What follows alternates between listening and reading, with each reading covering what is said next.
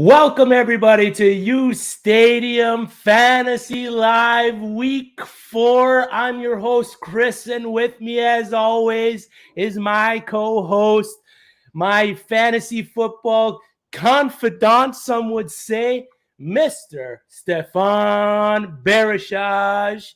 How's it going, brother? I'm happy to see you safe. I know you're down in Florida. You got a smile on your face. Your house behind you looking pristine. Absolutely no water damage. To everyone else in Florida, we hope for a speedy recovery. Stefan, the Saints are playing right now, 7-0. It's not looking good. We got a lot of key outs, but enough of that. How are you doing, brother? How are you excited for week 4? Are you hyped up? Are you ready to go? It's a big week, quarter of the way through the season. Are you ready? Man, the week that we had, of course, the hurricane did hit. Surprisingly, we only lost some power, so it wasn't like it was bad. We did have some casualties out there, like the trees and the fences, but for everyone else that was down below, I mean, I'm glad everyone was okay, but it was a really scary time for a lot of people, so I'm glad everyone made it through, and we're here. So, and like you said, house insurance really does come a long way when you pay for it. So as you can see, my house was built within the next 24 hours. I told them I had a show to do. They got it done, so you know how that goes. I got the Tom Brady mug, coffee first thing in the morning, so I love to set Coffee my down. must taste bad in that one. No, it tastes 7 times better than it normally should. Does it taste a little old, like it's been sitting a while? It's like wine. It tastes better the longer it's stood out, and like I said, it's just probably 7 times better than any other drink I could have on the market. So the cream's not starting to curdle in that thing? Not yet, no. We are live. We are brought to you by the uSTADIUM app. As always, make sure you're getting on the app. There are fire fantasy takes week in and week out, NFL takes, MLB takes. Make sure you like and subscribe to the channel. It helps us help you chase those rings, get your name engraved on those trophies, cash in that check. We are here to help you guys. So through the show, as we deliver you our starts and sits for the week, we are answering any and all questions relating and maybe some not relating to fantasy football. For week 4, we did see on Thursday night, some of you guys probably most likely had Tua in your lineup. You're hurt. It's devastating injury. You hate to see that kind of stuff in the NFL, especially for a bright young talent like Tua Tagovailoa. But moving forward, Steph, if he is out for a extended period, which most likely he will be, we did see that the independent doctor hired by the NFLPA get let go for mishandling of the situation on Sunday. And he most likely will, back to the question, Tua does miss time.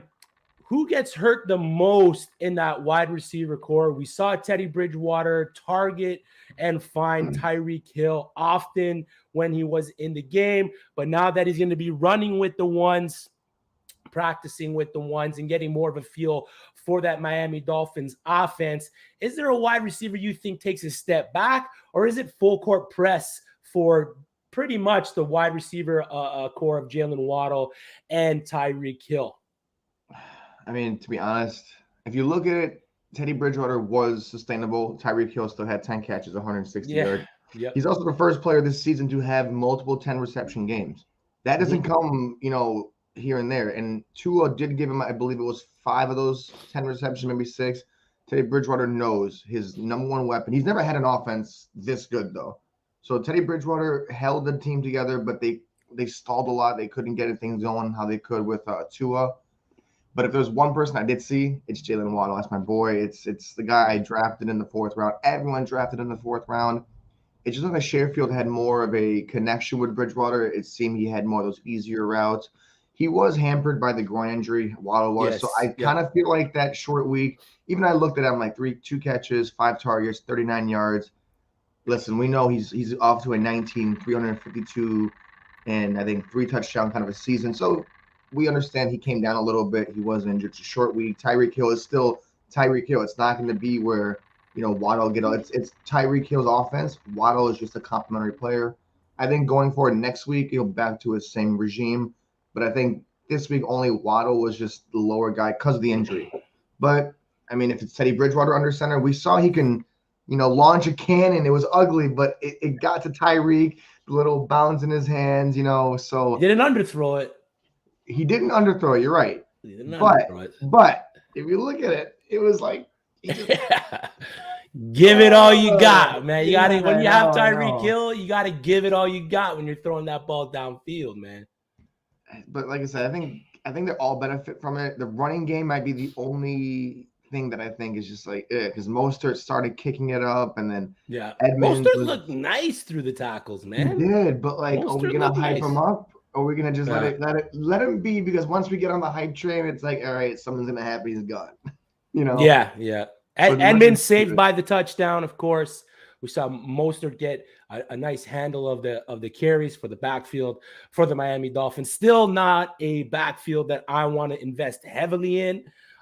If you can move Edmonds, you might consider moving Edmonds and building off the fact that he has more of the goal line carries. He's got more of the rushing TDs for the Miami Dolphins. And he probably should be utilized more, especially in the passing game with Teddy Bridgewater under center there. But maybe again, Jalen Waddle with the groin injury, and also seeing that is one of his good friends because he's played with him for so long through Alabama, and now go down with the devastating injury like that is scary stuff to see. I don't know if that kind of plays with his psyche a bit while he sees his friend get carted off, and now he's got to go right back to playing a football game. So maybe that kind of hampered him a bit on that Thursday night game. But what a game! Dolphins now 3-1. When can I start the Lamar propaganda? I mean, you should have been starting that as since soon week as one. possible. I mean, was it not last week? Was it not the week before? Is it going to be this week? Like I mean, MVP pace for Lamar Jackson, betting on himself. You love to see that kind of situation. Most times, and we've seen it, most times guys bet on themselves when they're of that caliber, when they got that talent, man. They are gonna cash in, and Lamar is doing that. The Ravens probably should have paid him earlier, it's the maybe even Aaron Judge before thing. last season, and they would have saved money. Because if he keeps at this pace, and if he wins the second MVP, man, you're gonna have to break out the pocketbook. Would you have signed him? I mean, no, like I know it's not like wasn't physically possible, but like if you draft him and you saw the season they had, my favorite thing was when Harbaugh's like, "You want to go for it?" And Lamar's like, "We're gonna go for it." Yeah, That's when you sign that quarterback because you don't do that to anyone else. You don't sit there and go, "Hey, Peyton Manning, you want to run it?" No, he's gonna no. Like Lamar's like, "Give me the damn ball," and that's just why you're gonna pay me. And just like Aaron Judge breaking records, Lamar Jackson's gonna shatter the league, and he's gonna make Baltimore regret either not paying him or they're going to pay him a hefty dollar. So it's scary for Baltimore. It's good for Baltimore, which is, but it's still scary. Yep, agreed. Let's get into our first question. Caden Casemiro, Curtis Samuel versus the Dallas Cowboys, Drake London versus the Cleveland Browns, and Mike Williams. He is playing. Who are the Chargers playing this week? Oh, the Houston Texans. Houston Texans. I mean, Keenan Allen out. Mike Williams versus the Houston Texans might be a smash play there. I am not a big Mike Williams guy. I think he's too boom and too bust for me. We still have the injury to Justin Herbert, that rib cartilage injury. So that kind of hampers what he can do. We've seen Derek Stingley, the rookie corner for the Houston Texans, ball out and lock guys down. So I would pivot off of Mike Williams there. I know the matchup is probably a little more juicier than Drake London has or Curtis Samuel has, but man, oh, you forgot to mute that one. What? Your camera might be picking you up. But Curtis Samuel has been schemed touches, and that's the kind of stuff that you want to see as a fantasy manager, is your wide receiver not just getting the ball when the play breaks down or when the QB has to scramble or he's being creative in as a wide receiver when he is extending the play. It's the wide receivers that are schemed touches, because scheme touches usually mean that they trust the wideout and they are trying to get him the ball. Drake London, the wide receiver one for the Falcons, is got a decent matchup versus the Cleveland Browns. But for me, full PPR, I'm gonna lean Curtis Samuel here. As Really? crazy as that is to say, I'm gonna lean Curtis Samuel. Full PPR. Where you got? What do you got? It's the guy. I mean, they're in London right now. I mean, come on, it's sitting right there. I think Drake London's the guy. I think Mariota knows he's the guy. And Cordell Patterson's hurt. Kyle Pitts is going to get his, but you look at that offense, it's Drake London or nothing. Like, Yeah. and Yeah. I mean, It's Pitts did have a good game. Pitts did have a good game. I think Pitts will have better games, but even if Pitts gets 10 catches, I still think Drake London is. I've always called him. I think I've said it to you a few times. He's like Mike Evans. He's a guy that'll get you 5 catches, 80 yards, and a touchdown. If not, 5 catches, 100 yards, and no touchdown. But I think Drake London is something special, especially in Atlanta when they don't have anything, no bright sides. They've got Ridley suspended. They got a new quarterback regime going on.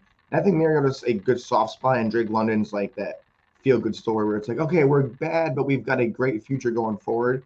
In Drake London, and Curtis Samuel and Mike Williams, I think, is the most consistent producer.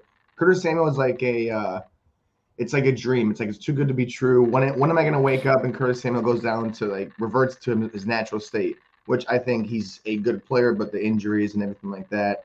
Mike Williams, I know Keenan Allen's out, but you've got Everett, you've got Eckler, you've got Palmer, and you've got Guyton still there. So I think guys are going to eat into his target share this week. Whenever Keenan Allen is healthy, I feel like Mike Williams does kind of better because you shade the cornerback one on Allen, you shade the cornerback two. And Mike Williams is better than I think 75% of the cornerback twos in the league. Yep. But as a receiver one, I wouldn't be too crazy about him. But Drake London, I try to get him in a lot of dynasty leagues, a lot of redraft leagues, but he just was too rich for my blood. So if I see you with him in the lineup, I really hope he does well. And I think he's a great rest of the season starter. Yep, there you go. So for you, it's London Samuel Williams? No, London Williams Samuel. I'm on that boat where it's like I love what Samuel's doing. I love the player. I love the guy, but I'm just scared that if I start him, this week, it's like, hey, we're going back to Terry McLaurin. So. Don't be scared. Don't be scared. Sackett, Moretti. Pick 2, Elijah Moore, Mac Hollins, or Richie James. I'm going to go Elijah Moore with Zach Wilson back in the fold under center for the New York Jets. We've seen that the two do have chemistry. So I like Elijah Moore. He has been getting open. We have seen the breakdowns of the videos where Elijah Moore is getting open against the opposing secondaries for that Jets offense. So it's only a matter of time for the Ole Miss wide receiver. I am fading Mac Hollins this week, even though he was the top wide receiver for the Raiders last week. I am not comfortable starting him over a guy like Richie James, who a lot have as a breakout wide receiver for week 4. So for me, I'm going to lean Elijah Moore and Richie James. You were listening to Anthony, huh? You on that waiver wire pickup. Anthony's like, I want my Richie James. Guy knows his stuff. Solo Lopez, man. Make sure you're following him on Twitter. That's another arm of the uSTADIUM fantasy team. Anthony Solo Lopez. He knows what he's talking about. He's bout it when it comes to fantasy football, man. He's bout it. Thank you for tuning in, Sackett. Good luck, brother. Coming in for week 4. Some teams you're probably 0-3, you're 1-2, you're 2-1. Man, stay the course. Make a move if you have to make a move. If you're 0-3, to maybe ship out some of that top end talent, round out your team a bit, but don't panic. Don't hit the panic button. Most likely you're 1 or 2 games out of the playoff spot. It is still early. You can still go. Make sure you're setting your lineups. You're starting who you need to start, who you should start, and make sure you're tuning into us on a weekly basis. We do have the waiver show, the Twitter space on Tuesday nights. So make sure you're tuning into that as well. Ask your questions, trade questions, and whatnot. Thursday night football starts 6. We handle there.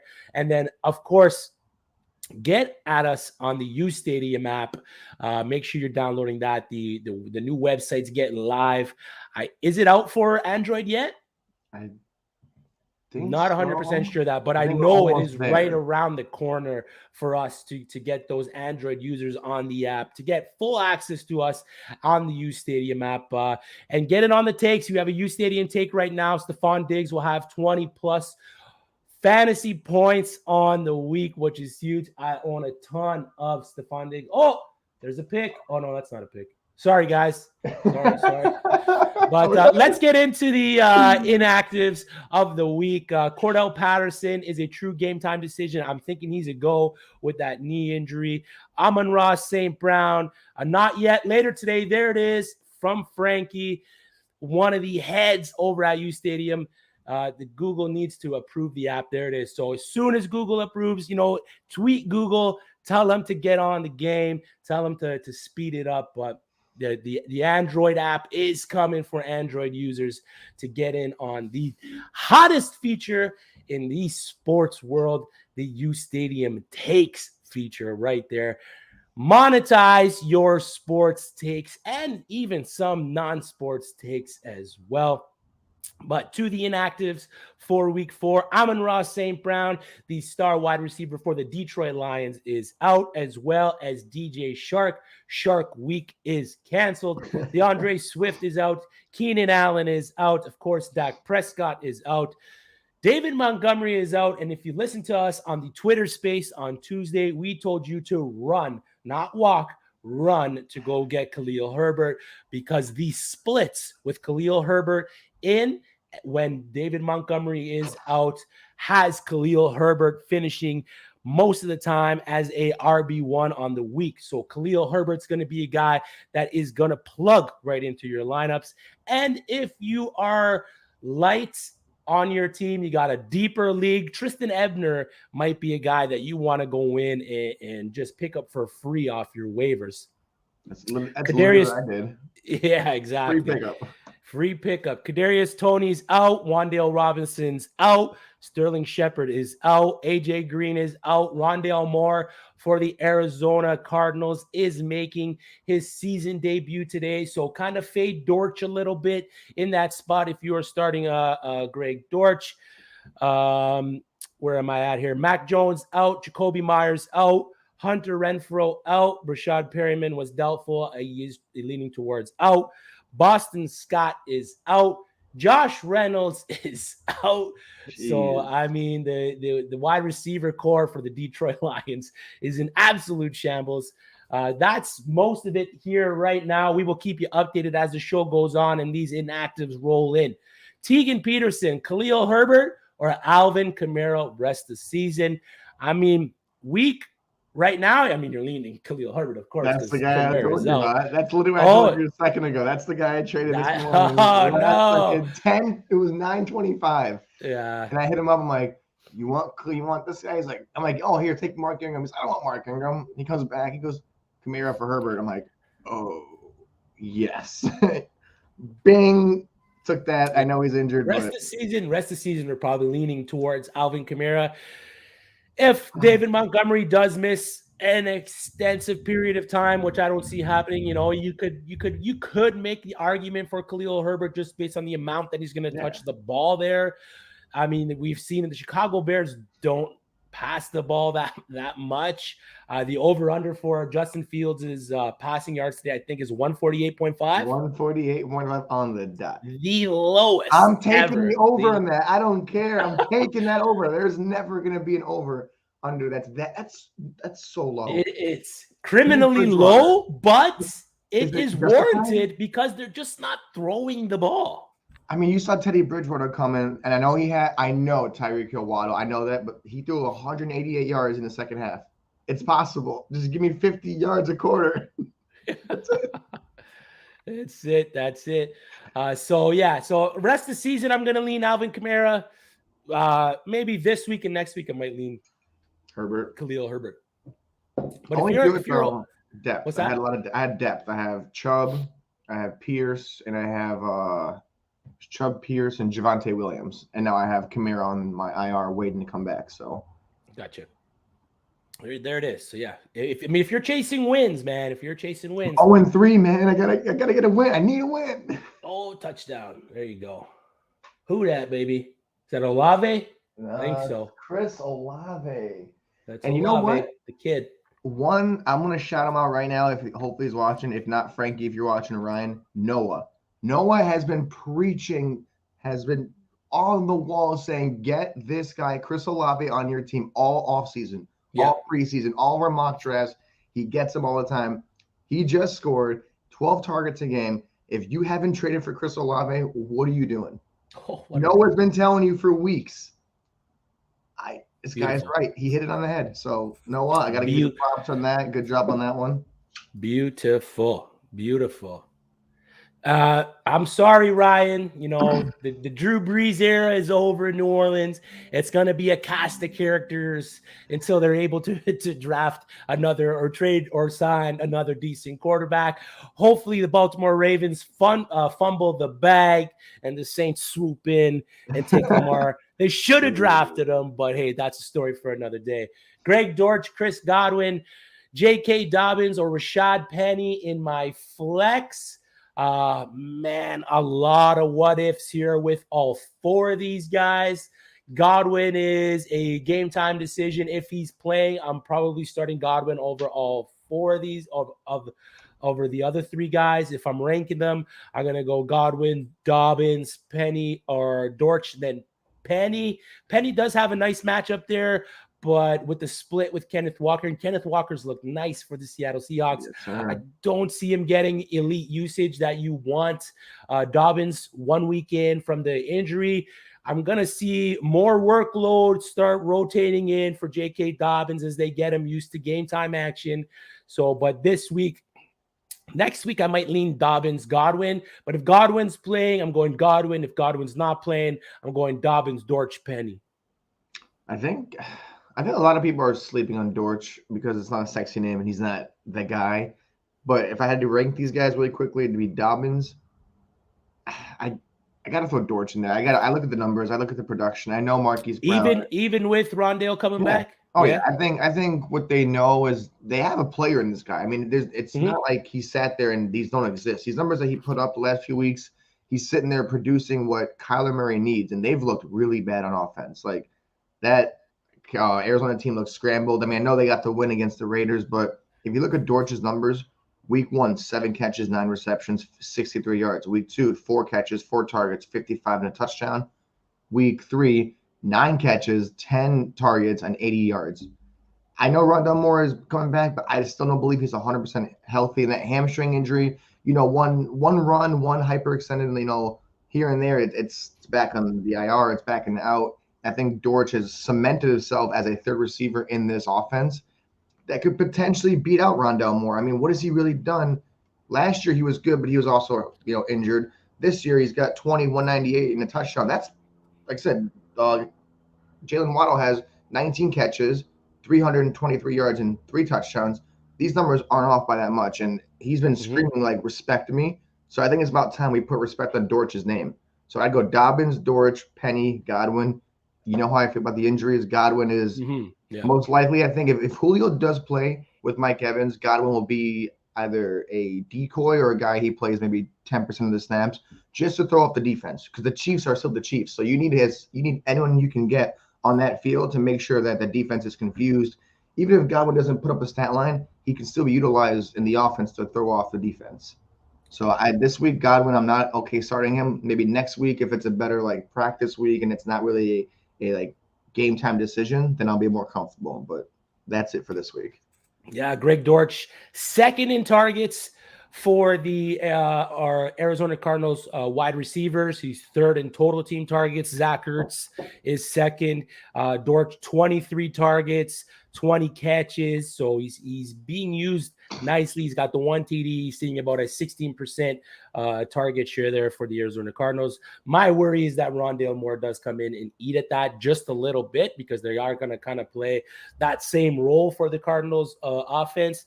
But I mean, I got no problem with starting Greg Dortch if you absolutely need to. But Chris Godwin is the superior talent of the two wide receivers. Right. I get what you're saying.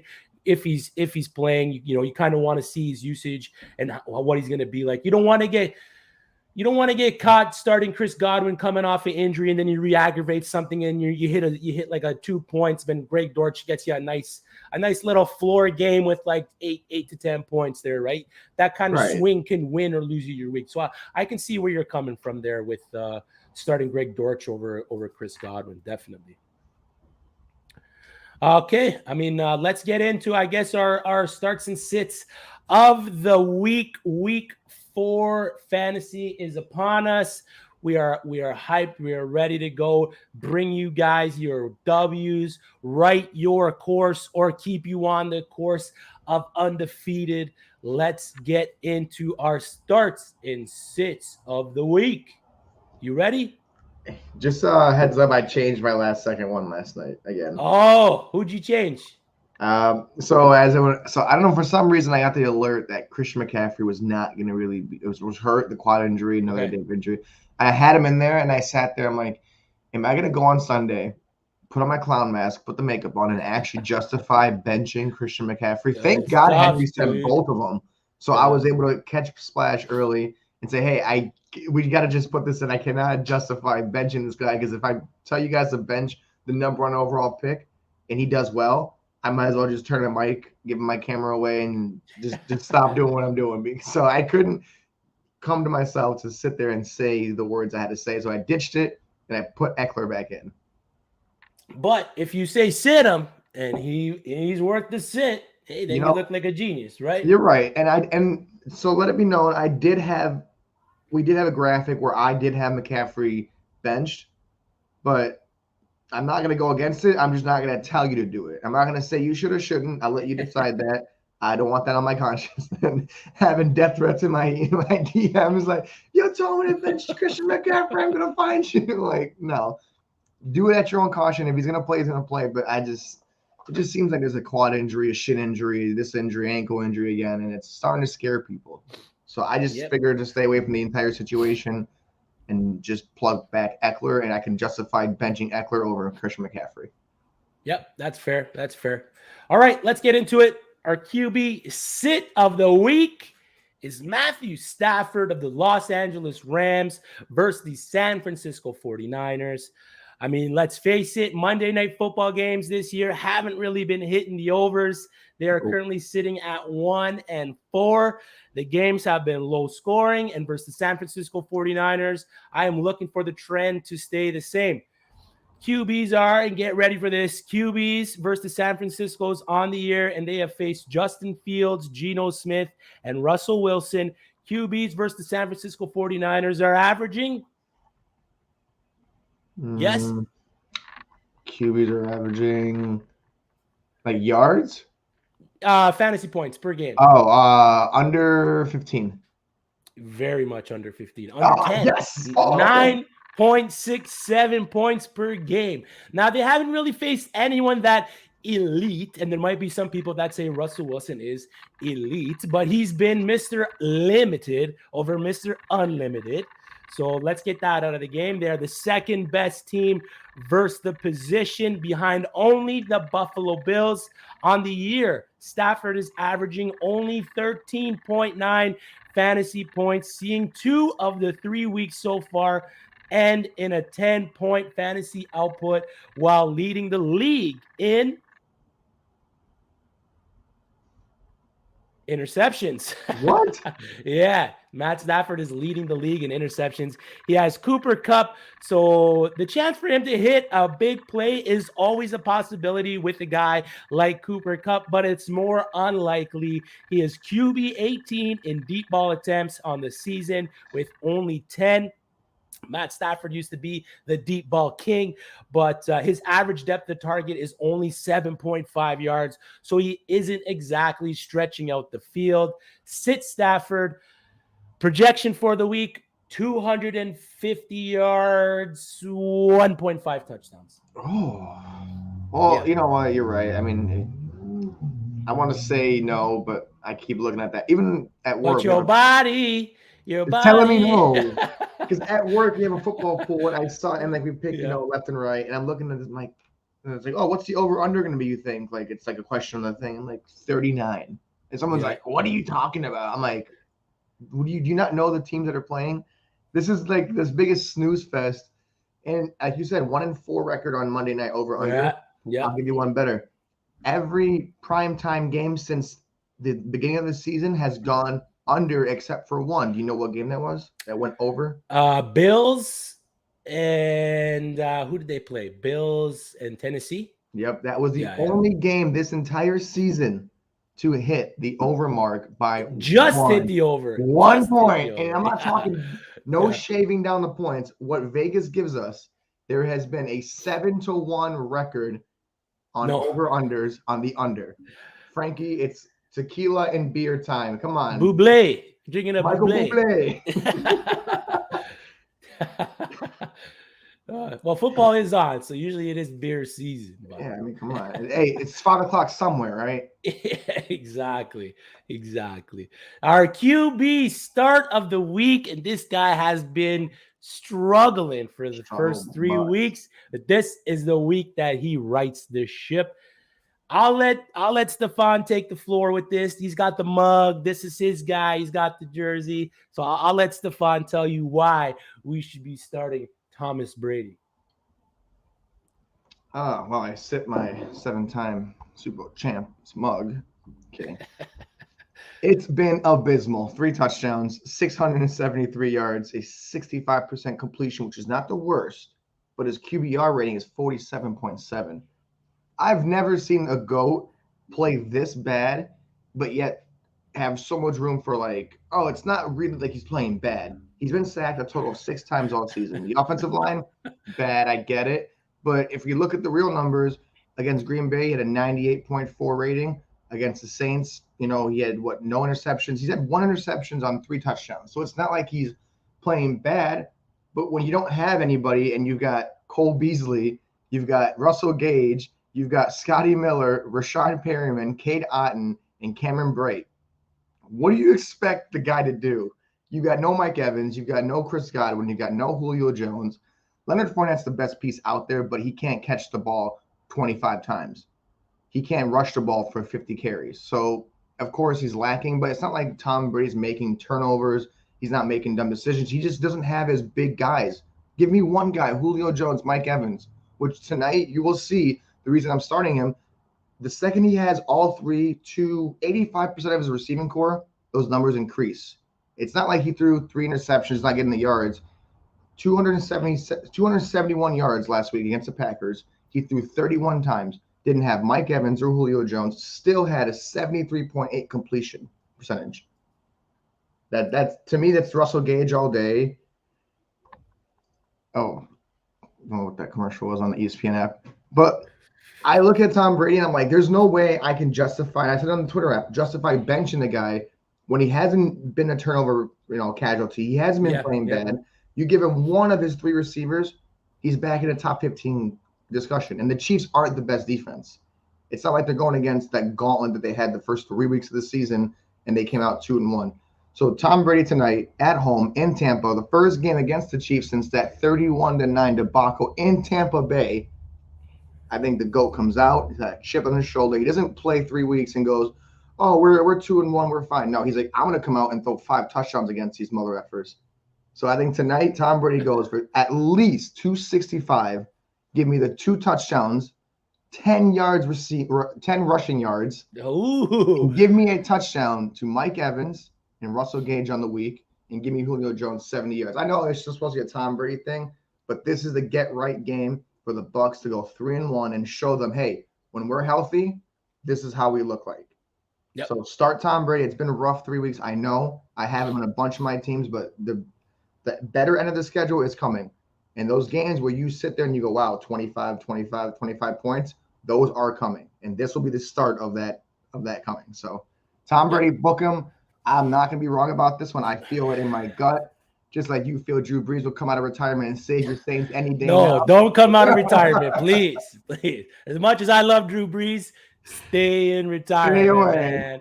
Unless he's on that same kind of medication that Peyton Manning's wife was on, I don't want Drew Brees for the Saints. I love him.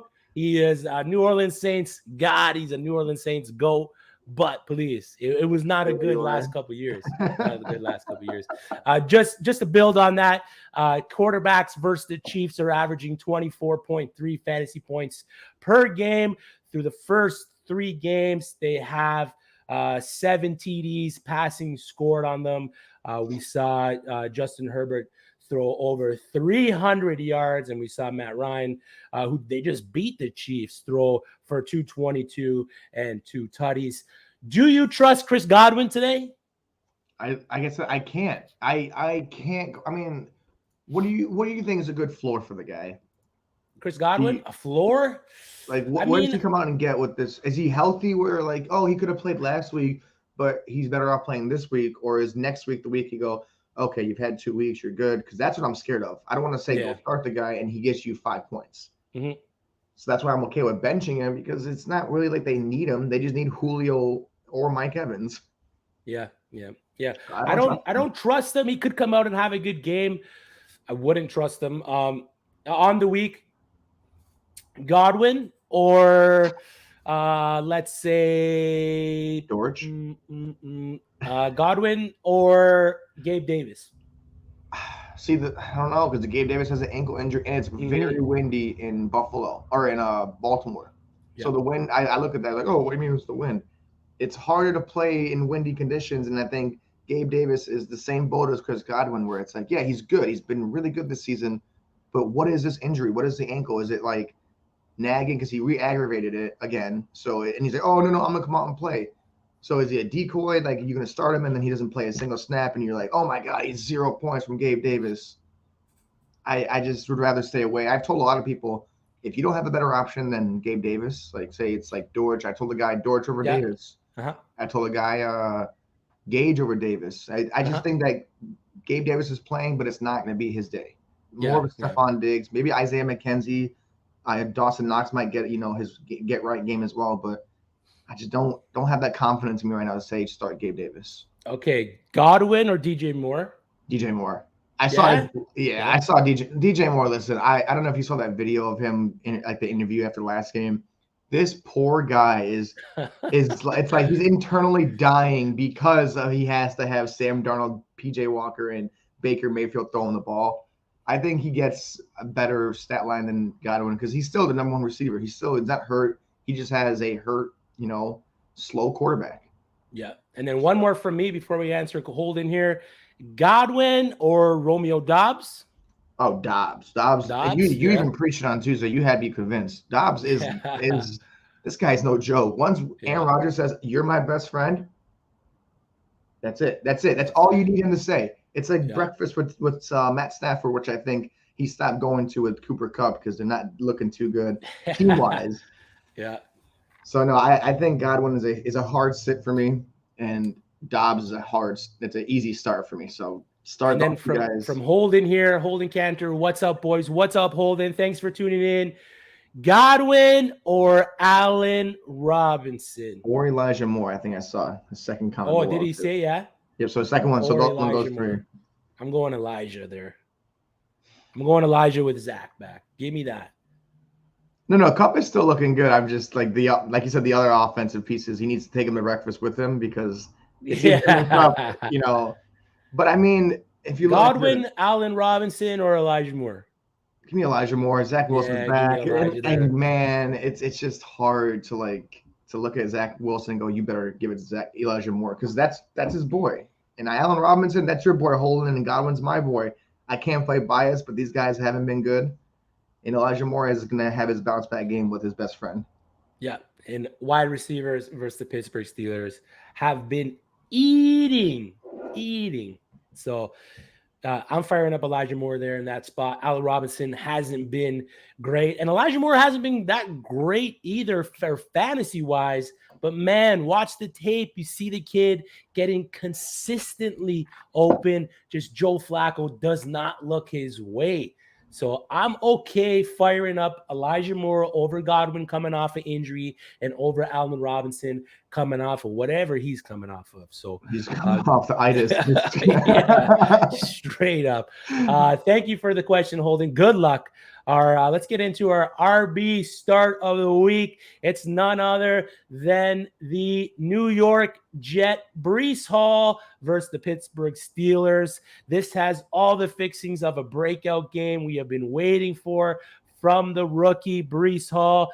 He leads all players, not just running backs, all players in targets per route run, and averages 4.24 air yards per target. I know you don't score fantasy points from air yards, but that is just a metric to let you know what is going to come. Chris Olave is leading the league in air yards. He is absolutely balling out for the New Orleans Saints. So use this kind of information to kind of predict which players are going to eventually break out. Like a guy like Josh Jacobs, no touchdowns yet, but it's coming. He's getting the red zone touches. He's involved in the passing game.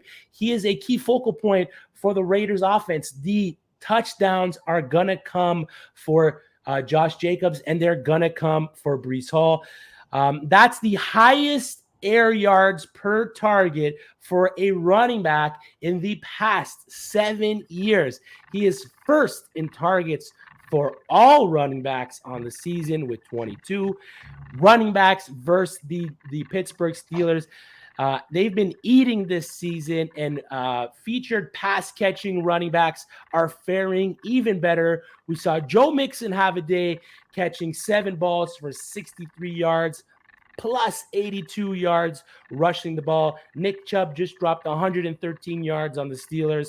Pittsburgh is currently the 5th worst team versus the position, and running backs are averaging about 20 points a game against them. He has slowly taken over the backfield for the New York Jets. In week 3, he had 42 snaps to Michael Carter's 36. He ran almost 10 more routes than Michael Carter and finished the game with 10 more targets. Fire up Breece Hall with confidence as they ease Zach Wilson back into NFL game action and lean on their star rookie running back. Fire up Breece Hall, baby. Fire him up. You starting Breece Hall where you got him, Steph? I mean, is it time? It's time. Is it time. Oh, wait. I got to watch for copyright issues with that one. Thankfully, hey, I'd be saying stuff like, you're not supposed to say that, and Frankie's down my throat because we're getting sued by freaking trademark companies. Yeah. Gotta be careful. I think it's slowly becoming Breece Hall time, and I think the Jets understand that the healthier they get, the better Breece Hall will be for them. Michael Carter's a great insurance policy, great receiving back, but Breece Hall will be the guy. Yep. So. It's currently 7-7 in the Saints game. Chris Olave caught a passing TD as well as Alexander Madison for the Vikings. Hey guys, New Life. Welcome back, New Life. Thanks for tuning in. Half PPR, Josh Reynolds or DJ Moore. I believe Josh Reynolds is out, right? No, Chark and Amon-Ra St. Brown are out. Josh Reynolds should be still in, right? Is he in? I didn't see anything that said that he was going to be out. Who are you picking between the two? I'm gonna lean DJ Moore. I mean, it's one of those squeaky wheel games. He's gonna get a bunch of targets. He's gonna get the catches for the Panthers. So I'm gonna lean DJ Moore here. I'm gonna take the talent over Josh Reynolds here. Yeah. Josh Reynolds is like it screams, hey, this is Jared Goff's guy. He was good with him in LA, but I think that they have a plethora of Quintez Cephas. They have Josh Reynolds, Khalif Raymond. And I think that this is going to be a day where it's like everyone's going to eat. And I'm a big DJ Moore guy. I just kind of think this is finally his get right game because I watch an interview and this poor guy is just like, no, there's no problem. I'm not hurt. It's just, we got to get better quarterback play. I think this is the week that they do it. And Josh Reynolds shouldn't be really in half PPR rostered. I feel like it's not really going to be good for you. It's going to cause you headaches because you want Josh Reynolds to get that 5 catches, 50 yards and a touchdown. I think DJ Moore is more in for a bigger game and a bigger rest of the season kind of a thing too. I would always start DJ Moore every week. I know it's struggling. It's tough. I have him. Baker Mayfield doesn't make you a happy camper, but better days are ahead. So keep chugging with DJ Moore. If you were to start a wide receiver out of the Detroit offense this week, are you taking Reynolds, Khalif Raymond, or Quintez Cephas? I'm going to be crazy to say this, but give me Quintez Cephas. Really? Yeah, I was leaning towards Khalif Raymond there. It just seems like Quintez, like, and even training camp, I picked him up in our dynasty league that we have. I picked him up solely for reasons like this, where you have a guy who, yeah, he's a fourth receiver in a team that's not really that good, but now this is his chance to come out and ball. And I think Quintez Cephas is a lot better than we look at. We're fantasy guys, so we're like, oh, if you're not starting 150, then you shouldn't be rostered. Khalif Raymond and Josh Reynolds are good. I just think I don't know. It's tough. I don't want to even like have to pick them if I had to, but it's such an ugly thing. But It's not a Quintez, good spot. it's not. Yeah. But I think Quintez Cephas is the one that has the best chemistry and comes out and has the better day. Yeah. There you go. Okay, let's get to our RB sit of the week. Stefan originally had Christian McCaffrey in there, but he decided to switch him out because, I mean, it's tough to sit a guy like Christian McCaffrey. But he did switch him out for another high ADP, well-known name in the fantasy community. If you got this guy, it's going to be tough to sit him, but Stefan's going to tell you why you should. So last week, the week before that, and the week after that, you're looking at 32 carries, 78 yards, no touchdowns. And that's the guy you took at fourth overall ADP. That's Austin Eckler. 4 carries last week and they lost a 38-10 loss. I get it. It's not his fault his team loses, but he did have 8 catches, 8 targets, and 48 yards. So he is salvaging you as a good day, but it's starting to get to the point where it's like, bro, no touchdowns on the season. He's tied for 36th. He's averaging 2.5 yards a carry. He's averaging 32 attempts in the entire season, which is tied for 28th. So you have 27 other backs that you took way later that are producing better than he is, that are coming out and are actually the team's workhorse back. And I think the Chargers finally got to the point where they're like, we can't just run this man into the ground, unlike other teams that run their McCaffreys, Kamaras, Derrick Henrys, Jonathan Taylor's 30 carries, 20, whatever. This is not that guy. He's going to still be a great out backfield guy, but Austin Eckler is becoming a committee back. I hate to say it. And his numbers, like I said, they don't scream, oh, start me. You could have benched Austin Eckler in the last, 3 weeks and found a better running back or a better receiver and would have been okay. It's not like he's out here averaging 20 points a game. He's not out here getting, 2 touchdowns a game anymore. It's not the same Eckler of last year. And now his numbers are regressing. The ADP, you're sitting there, you're like, bro, I drafted you so high, yet nothing. And I expect that to happen this week against, yes, a weaker Houston defense. But because you have Spiller, you have Sony Michel, you have Austin Eckler, you have Roundtree, you've got 5 backs that they can sit there and throw into rotation and still impact Austin Eckler.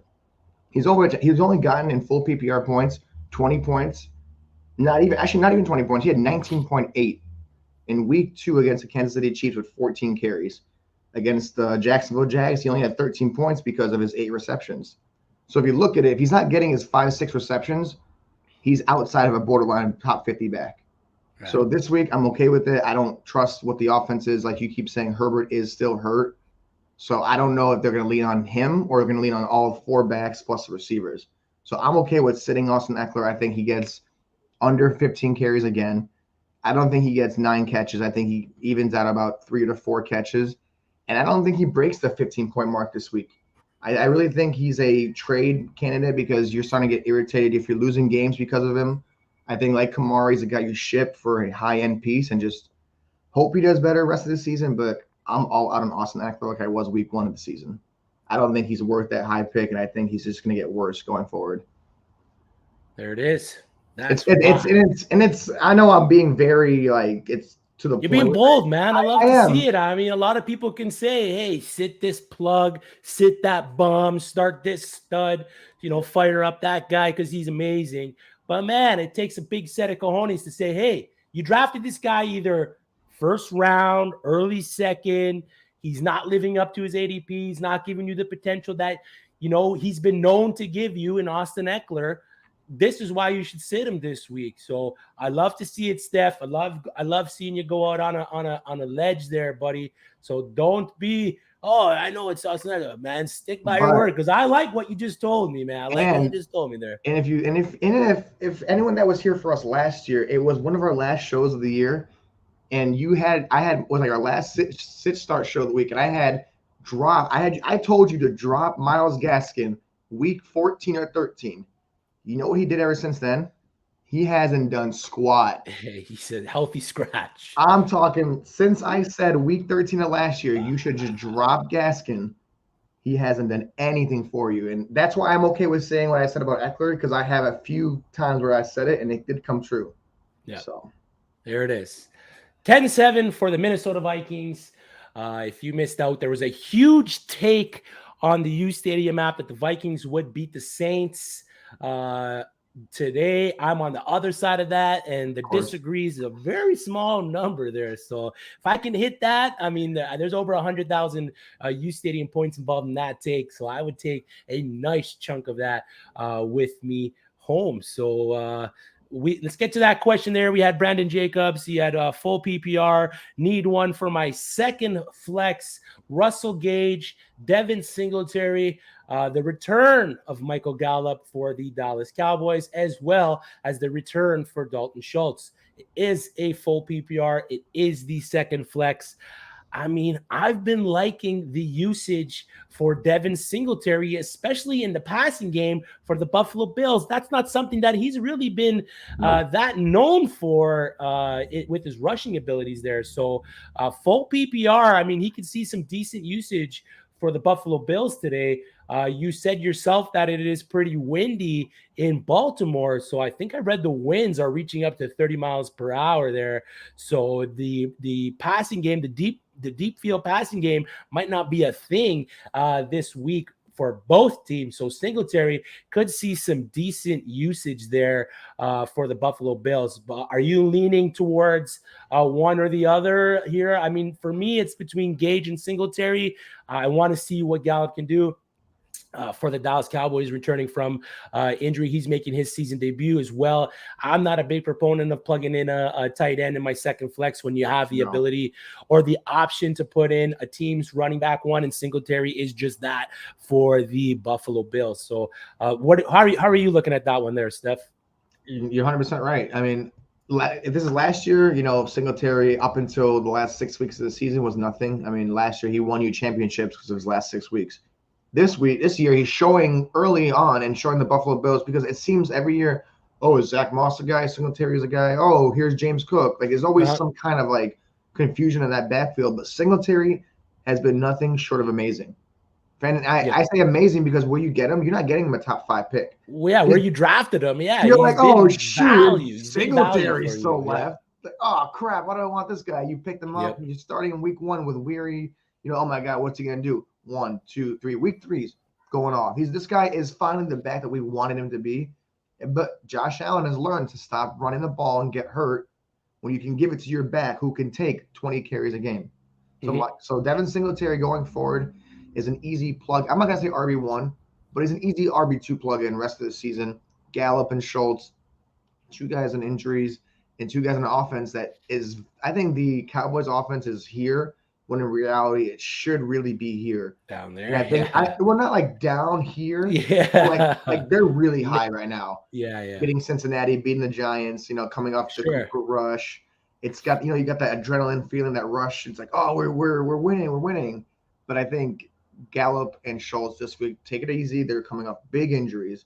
And I think Gage is coming off a good game. But Singletary, I see these 4 names, and Singletary is the one. Yeah. And Brandon Jacobs, I mean, if it's the Brandon Jacobs, a big running back when you see one, and Singletary is that guy. So. Yeah, he's second in total team targets for Buffalo, only behind Stephon Diggs, and he's the leader in red zone rushes with a guy like Josh Allen there for the Bills. He is leading in that category, and he's leading in team total rushes.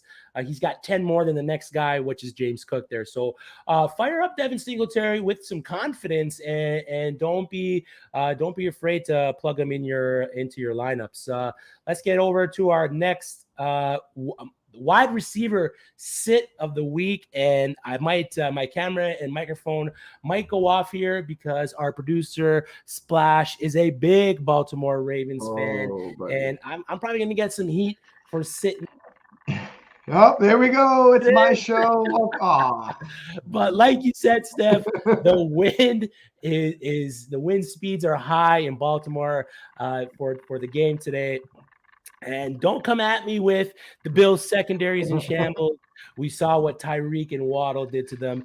Get out of here with all that nonsense. As talented as Rashad Bateman is, he's not that guy, pal. He's not that guy. The Bills are still the sixth best versatile wide receiver on the season.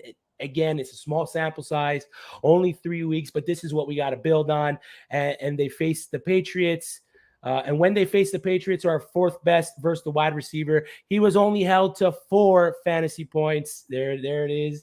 His relevancy in the fantasy football world seems to come from those big extended plays. His average depth of target is an amazing 16.3 yards, but everywhere else he is struggling. And if it wasn't for those stretch plays, Bateman is almost unstartable.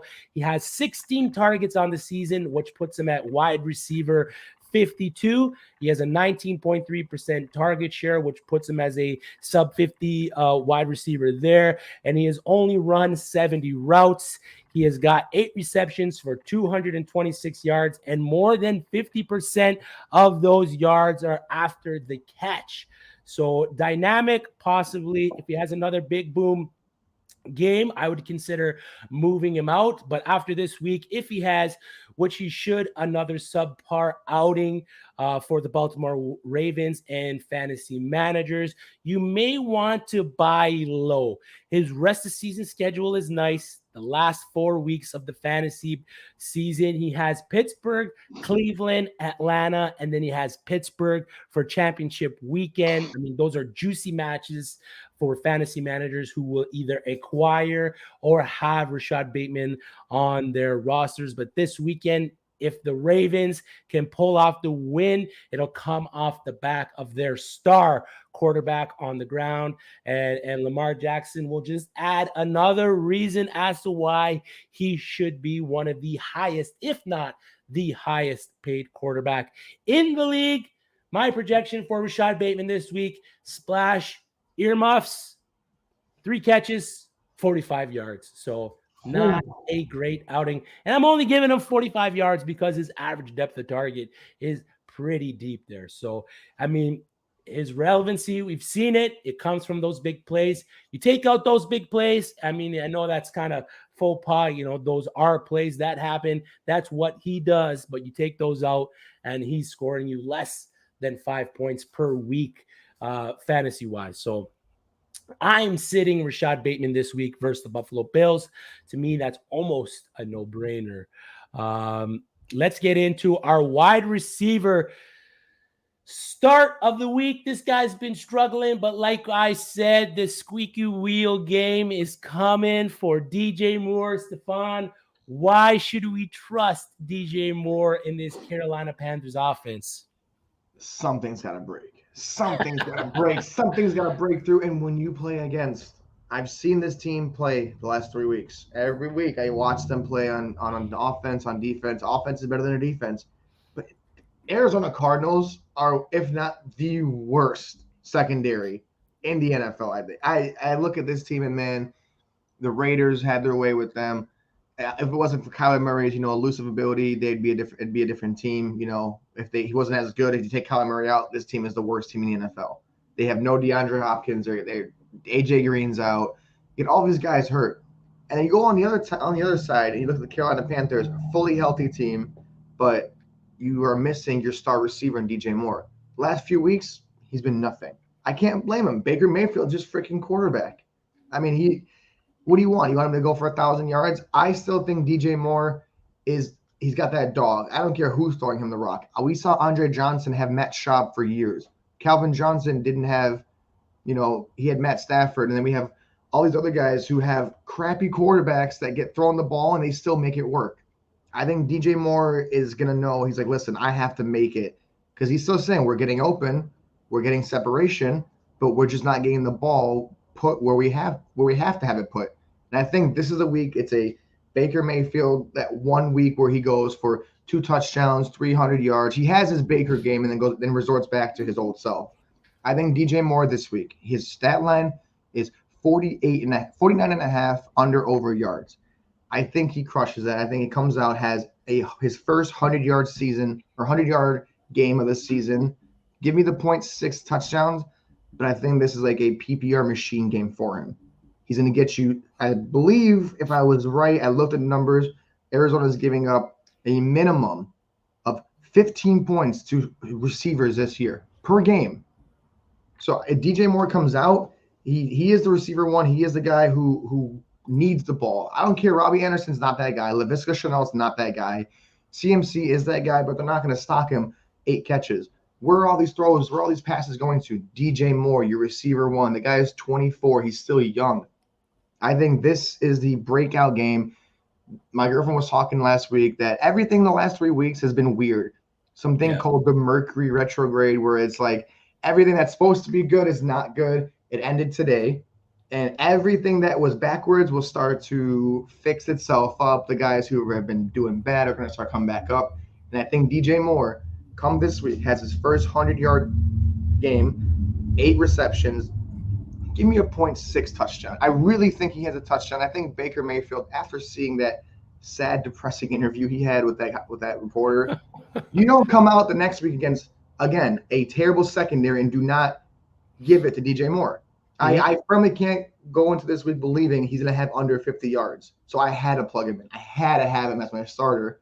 And when he does, you're going to say, wow, he's right. But then next week, don't expect the same thing. I just think it's like that you're due for a breakout game, and it's finally time for DJ Moore to have that breakout game. Robbie Anderson had it. Laviska Shenault had it. Why can't Robbie have it? Or why can't DJ Moore have it? He's a better, more consistent, complete receiver. Agreed. I agree with that. There it is. Fire up. I got like kind of heated because I'm like, no, I like it. Yeah. Saw so much disrespect on DJ Moore's name. I don't like it. Yeah, he's probably one of the most underrated fantasy producers. He's consistently going over 1,000 yards. With nobody at quarterback still. Exactly, and he still has nobody. B-Hop 89. Should I start the Rams or the Eagles defense? The Eagles are facing the Jacksonville Jaguars, and the Rams are facing Jimmy Garoppolo and then San Francisco 49ers. Jimmy Garoppolo versus the 49ers has a 6-0 record. He's averaging about 259 yards and 2 touchdowns between those 6 games. So I'm going to lean towards Jimmy G. I'm going to lean towards starting the Eagles defense versus the Jacksonville Jaguars. The Jacksonville Jaguars have looked pretty good for the first 3 weeks. So has that Philadelphia Eagles defense. They are elite up front. They got great DBs and great linebackers there for you. So I'm okay. I think the opportunity for big plays, Jimmy Garoppolo, not the kind of guy that really turns over the ball too much. He is a game manager. He's going to do what he needs to do to get the 49ers to where they want to go.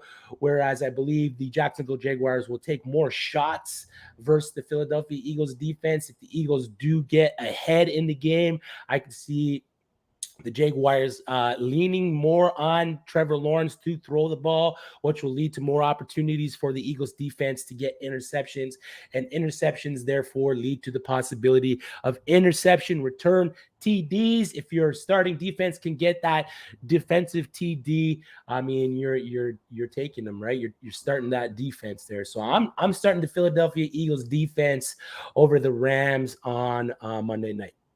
Okay, so one thing on this show I love to do is never go against what you know, because clearly I know that you know what you're talking about. But see, it's like I love you, but Chris, if I have like this thing where I forget things sometimes. Last week the 49ers played against who? Last week, the 49ers played against Denver. Oh, man, you're going to put me on the spot here. Denver Broncos, Sunday Night Football. Yeah, okay, yeah, there it was. Yeah, Denver Broncos, 11-10. I'm going somewhere with this. So I know everyone sees the film where Jimmy Garoppolo's walking off the field. He goes, man, this guy's plays suck. No, I think he said draw plays. Okay. I think he said draw plays. Yeah. I was drinking, so it might have been draw plays, might have been regular plays. But if I looked, the score of that game was what? Was it 11-10 for the Broncos? Yeah. So Jimmy G looked good. He came out, threw a pass to Ayuk. Oh, God, everything is right. Trey Lance sucks. Jimmy G is the savior of the 49ers. But what happened after that? Nothing. Not a single thing happened for that offense to do anything. Yeah. And Jeff Wilson had, his carries. But I don't think Denver's defense, they're good, but I don't think they're as good as the Rams defense. And they don't have the best all-around defensive athlete in the league in Aaron Donald, because you come out this week on Monday night, which will be a low-scoring affair, which means that your defense won't lose points because there won't be fireworks. There won't be 30, 40 points. But without Trent Williams there at that tackle position, you have Aaron Donald. You put him out to the end. You don't put him into the interior defensive line. You put him into the end. You start that Rams defense. You start Aaron Donald against a no Trent Williams having 49ers team that I think will blow that second. Whoever that tackle is coming in on Monday night blocking Aaron Donald, I will pray for you at night tonight. I will pray that you do not get destroyed. And I think that defense comes out and they actually handle the 49ers pretty well. I know it's not been a crazy one, but I think they come out, the Rams will just have their way with them because there's no Trent Williams. So you can't have Jimmy G protected by the best offensive lineman against the best defensive lineman. Now you've got some other guy who's converting over from the other side, some rookie, some guy they signed against Aaron Donald. It's not a good day. So give me the Rams defense over the Eagles defense. I expect that Jacksonville game to be a shootout. And when they score a lot of points, the defensive numbers go down. Yeah. You can get 4 or 5 sacks, fumble recovery, but once they start scoring and those fireworks go, it's kind of hard to get defensive points back. So I'm starting the Rams defense with a lot of confidence. There it is. There it is. Good luck, B-Hop. I mean, you can start either or, and I think you'll be in a good spot there. They're both top 7 in the league when it comes to points against, so I'm okay. Nick Glover, Mike Williams, or CeeDee Lamb, full PPR. I'm going to lean CeeDee Lamb here. He does have Cooper Rush playing quarterback for the Dallas Cowboys, but he's still getting that elite usage for wide receivers. He's still getting the targets. He's getting the yardage. He is the main focal point for that Dallas Cowboys offense, and he will continue to be the main focal point for the Dallas Cowboys offense there. So I'm leaning towards CeeDee Lamb, full PPR. Standard league, I may lean a little bit more towards Mike Williams because he does have the ability to stretch the field. He is that guy for the Los Angeles Chargers there, but full PPR, give me CeeDee. Yeah, I'm not going to make that complicated. I like Mike Williams, but CeeDee Lamb, man, it just, like, on Monday night, I was at dinner, and I had lost because of that touchdown, and I'm like, God, this guy, CeeDee Lamb, doesn't matter who's the quarterback. He's good. This guy he's the real deal, and I think Lamb over Mike Williams makes a lot of sense. Good luck, Nick. All right. Our tight end start of the week is none other, and this is a pretty easy one for me. TJ Hawkinson, Detroit Lions versus the Seattle Seahawks. This is the only smash start spot for me this weekend. The Lions will be without DeAndre Swift, Amon-Ra St. Brown, and DJ Shark. That's about an average between the three of them, about 11 targets per game that will be vacated for TJ Hawkinson, Goff's trusted tight end, to soak up versus the 24th ranked team versus the position. Tight ends versus the Seahawks are averaging around 5 catches and 78 yards on the season through the first 3 weeks. Given the outs for the Lions, the vacated targets, and the trust factor with his QB, he is top 10 at the position in targets. He is top 10 in snap share, top 10 in routes run, top 10 in red zone targets for the tight ends. And he is number 1 in sweet lettuce for all the tight ends. I got him capping out as a low-end tight end 1 for the week with the elevated amount of targets for week 4 for TJ Hawkinson, with all those targets out. For the Detroit Lions, I'm projecting 6 catches, 80 yards, and a touchdown for TJ Hawkinson. The Iowa product. Is Iowa a tight end you? No. I mean, George Kittle, Noah Fant, TJ Hawkinson. Okay, what if any of them that's not George Kittle? True. This is true. I mean, Noah Fant's had some decent years there as a tight end. Didn't Albert O go there too? Albert O, yeah. No, Albert O went to Mizzou. Okay, I was testing you. Yeah, Albert O, Mizzou. I don't know.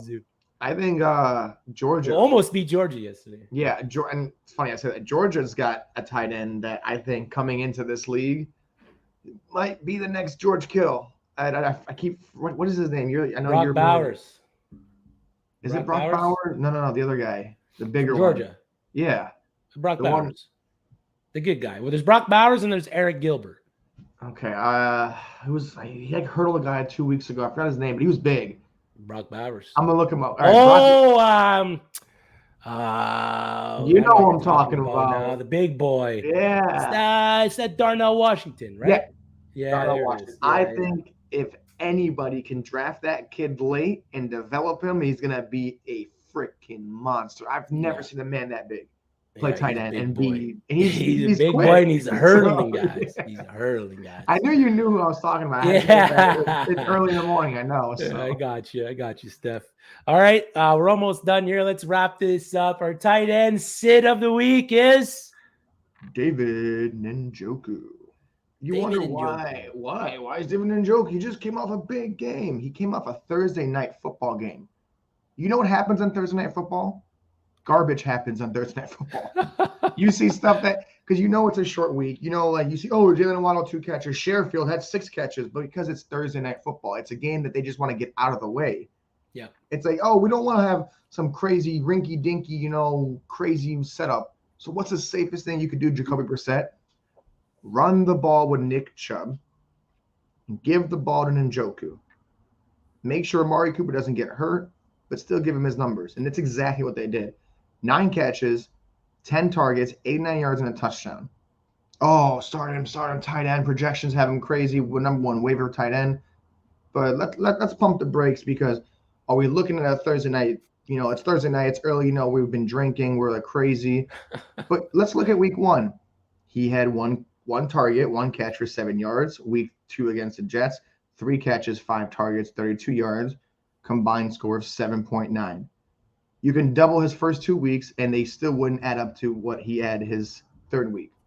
Let's pump the brakes. I get it, but I just don't think that Njoku is going to come out and have a back-to-back game against Atlanta. I guess the 31st ranked team against tight ends. Yeah. I don't buy it. I mean, it's like they know Amari Cooper and David Njoku. That's all we have to stop. DPJ is good, but you have AJ Terrell and Amari Cooper. You have your second best linebacker in Njoku. I just don't see him producing the same production as he did last year or last week. He's a good tight end. They did sign him for 5 years, but give me 3 games from now. Then you can probably plug him in. He's like one of those boomer busts where it's like, 1 point, 5 point. 25 points. Let's go back down to 5. His floor right now is a 1.7 point. That's his floor is 1.7. And his ceiling right now in my league is 23.9. So you're really going for like a boomer bust guy. I'd rather have someone else, and I'm going to probably get some slander for this too. Gerald Everett. Tanyan every week is getting better. Conklin is a better tight end. You've got, Higbee, Ingram. You've got a bunch of other guys who are better and are more involved in their offense. So Njoku for me, I wouldn't start him. I think the Saints just did something well because otherwise you're not attacking. But give me Njoku 4 catches, 40 yards, and a 0.4 touchdown. Okay. Yeah. And the tight end numbers versus the Falcons are a little skewed because week 1, we saw Taysom Hill rush 4 times for 81 yards on that rushing touchdown. So if you take that out, the tight ends are, they're faring pretty decently against the Falcons. They're averaging about 6 receptions, 70 yards, and 0.3 chances of a touchdown. So see, I didn't even know that. I said exactly. So it's not a bad sit there for David Njoku coming in to week 4. Our team defense sit of the week, and it was when I was researching this. They just turned it over. When I was researching this, it was like a lot of the top end defenses. You're most likely starting this week because they are facing teams that aren't the greatest and should produce some kind of points. I think Olave just fumbled it. Ooh. Yep. I think that's Olave. But anyways, my team DST sit of the week is the Tennessee Titans. I know they are playing the Indianapolis Colts, who haven't been world beaters. They did come off just beating the Chiefs, but they are not doing it by scoring an abundance of points. They aren't that high flying. Their offense has been anemic at best, but don't fall for the trap, hoping that will hold up this week. The Titans are the 30th ranked team in points against, and teams are averaging 28 points per game against the Tennessee Titans. What makes it even more of a smash sit is when the Titans are on the road, teams are averaging point wise, yeah, if I'm not wrong, on 20 41 points Jesus per game. They I are the was gonna worst. be- I was being nice. They are the worst team on the road by a margin. Jonathan Taylor is going to come at the throats of the Titans, who are letting the running back average 120 yards per game. Sit the Titans and don't even think about it. Steph, give us our team defense start of the week. Our team defense start of the week comes against one team that has sadly lost their quarterback for the week. Might be longer than a week, and it is the Green Bay Packers. The team actually told you guys to sit week 1 against the Vikings, and it happened. Now I'm telling you, listen, start them, because Packers against Brian Hoyer. You're going against a team that's kind of been struggling, and I think without Mac Jones, it's not going to be pretty. And the Packers defense is a good defense. Jair Alexander might be out. I'm not too sure. Splash can come and save the day in a second and let me know. If not, it's fine. I think starting the Packers defense against a ailing Patriots offense that just came off last week, it's been rough. So give me the Packers. Give me those guys inside. I think they're going to give Brian Hoyer a rough day. I think I'm looking at least 4 to 5 sacks on Brian Hoyer. Give me a pick, and just give me that Aaron Rodgers type of game where they go into Foxborough, they run the ball, and they just grind out the game. The defense does exactly what they're supposed to do. So Yeah. Packers, I'm 100% starting them just because even if Mac Jones was in the game, I think I'd be confident starting them because they haven't looked pretty good. And the receivers aren't the biggest name receivers. So their cornerback 1, 2, and 3 will easily shadow all their guys. So give me the Green Bay Packers wherever you can get them. DFS stack too. I know they're a little cheaper than most defenses. So redraft, DFS, and even Dynasty, give me the Packers defense this week. Yeah, and week 1, Dolphins DST versus the Patriots, 22 points. Week 2, Steelers DST versus the Patriots, 6 points, but DST for the Steelers isn't the greatest. I think they lost TJ Watt as well before that. Week 3, Ravens DST versus the Patriots, 13 points. So the teams that face the Patriots defensively wise have been scoring. They're averaging just over 1 interception, 1.5 sacks. They're averaging about just over 1 forced fumble, and the fumble recoveries are there. Teams are averaging about a good amount of points versus the versus the Patriots on the season. So I love that start for the Green Bay Packers. I'm about to go scour the waivers to see if they're available in any of the leagues where I start DST. So there it is. Those are our starts and sits for the week. We just want to thank everybody that's tuned in and asked questions for us on the YouTube show, on the Tuesday show, the Twitter space, on Twitter, through the app. Most importantly, make sure you are getting the uSTADIUM app. The Android app is supposed to be live today, so make sure you're getting on that, Android users. Again, I'm Chris. Thank you for joining. And with me, as always, is the Bearish Bomber himself, Stefan. Let him know where they can find you, big guy. I wear the hat, so you all know now. So it's just hashtag Bearish Bombs, Twitter, uSTADIUM, anywhere. You just search it up, you'll find me. Like I said, my DMs are always open for questions, starts, sits. I've got nothing to do. On Sundays, I sit on my couch for 7 hours of commercial-free Red Zone, and then, of course, the Buccaneers are playing tonight. So you'll catch me right behind my new furnished house. Look at that. There it is. Listen, like I said, insurance pays for everything. I'm glad I was able to do this show and get I'm everything. glad you're safe, brother. I'm glad you're safe. Yeah, I'm just really happy to be here again. So There it is. Thank you. And we are going to be live on Twitter at 12 p.m. too, I believe, with Solo. Solo's going to be there. I think he's going to be there with us live. 9 Pacific time for him. So he's still Yeah. sleeping, I think. Yeah, exactly. So make sure you're heading over to the uSTADIUM Twitter today at 12 p.m. just before the 1 p.m. games with any of your last minute start sit questions, as well as any last minute inactives that we will deliver to you guys. That's it for us. Thanks again for joining, and we'll see you next week.